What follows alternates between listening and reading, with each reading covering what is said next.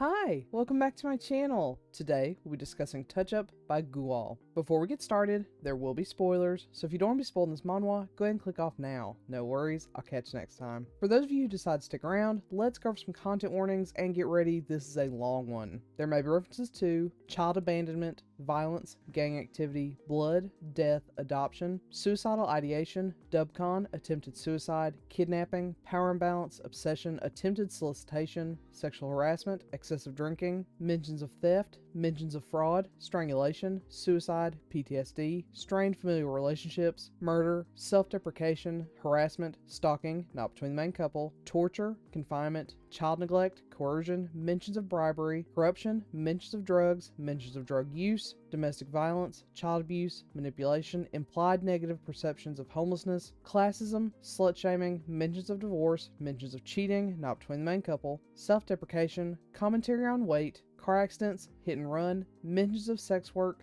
and mentions of gambling, as these things do appear in the manhwa. But if that's okay with you, let's go and get started.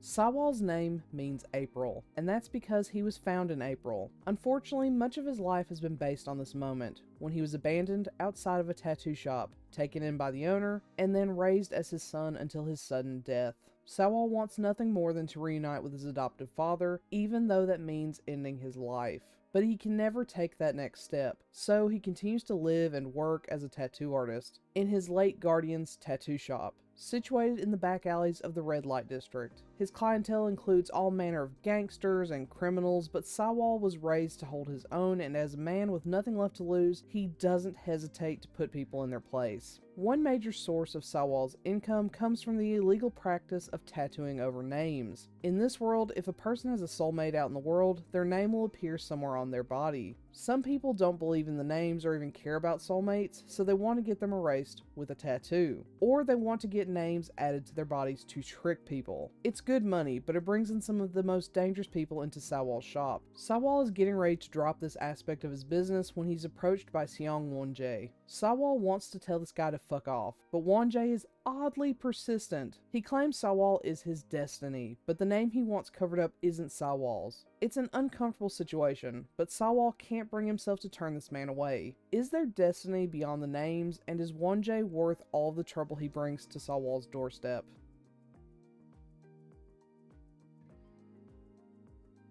To start with, this art style is all over the place. It's one of the few titles that gets worse as it goes along because Sawol in the first episode is deceptively beautiful. That's not to say Sawol isn't beautiful in other panels, because he certainly is. But this series across the board is super inconsistent and has some aspects to it that make it wholly unattractive. There are some panels where the mouths look strangely puckered and fish lip-like. There are yaoi hands galore, which for some people are a perpetual jump scare. Add in that they sometimes look like stiff posed dolls, and this series is just not all that nice to look at. It certainly had potential with that first episode, but it was a miss the rest of the way. Story-wise, it's almost equally as finicky. This is a name verse story, and I'm always a sucker for verse settings, including this kind. However, the setup for this particular name verse is very vague. Usually the way it works is that once the younger of the two has been born, both people will have their pair's name manifest somewhere on their body. There are exceptions, like with Pyeonpyeon, where when the top is given a name that means more to him than his birth name, that name, in the form of initials, appears on his partner and he, in turn, gets their initials. However, in this case, there are no clear rules when it comes to the manifestation of the name. Sawol just suddenly has Wonjae's name appear on him, while his name has been on Wonjae from the beginning. This was an adaptation of a novel, so I imagine more time was spent on world building there, which is why I wish the novel was translated so I could compare them. However, based on what we get in the manhwa itself, the world building beyond the gang and mafia activity is extremely lacking. Don't get me wrong, I like the underworld and dark underbelly BL stories as much as the next person, but it's a tired element at this point. Sawol is kidnapped over and over over and over again, and we get plenty of moments where Wonjae is trying to ferret out all of his father's minions to protect Sawol, and it just gets to be uninteresting and played out. What makes this story interesting is the name verse, yet it gets the least amount of exploration beyond exploring that people manifest the names of their fated mates, they can be removed with tattoos, and that's really it. I would love to have known how one person can have a person's name, but that person doesn't have theirs, and information on why someone can manifest a name far later in life than their partner. Not to mention all of the superficial references about removing names being illegal. Why?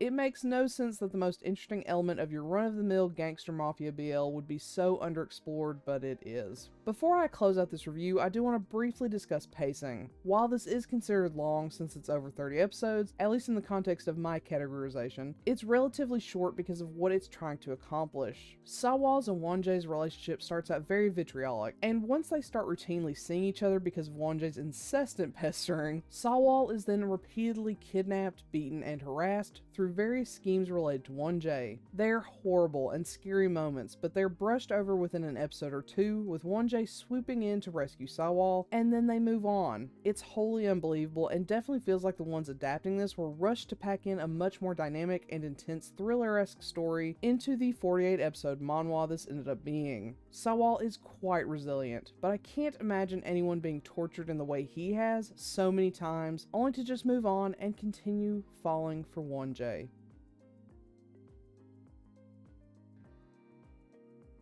With all that being said, this was disappointing on all fronts. The art is mid to bad, the story takes the super interesting setting of the name verse and ignores some of the most integral elements, and the pacing is far too fast for everything it tries to fit in. Is it smutty? Yes. Does it have some very romantic and emotional elements? Definitely. Was it worth the time and money to read? Nope. There are much stronger BL, and Pyeon Pyeon is a superior name verse story. I would not recommend this one. So, have you read Touch Up? If so, what do you think? Do you agree with my assessment? Do you not? Let me know in comment below. Otherwise, I'll catch you next time. Bye!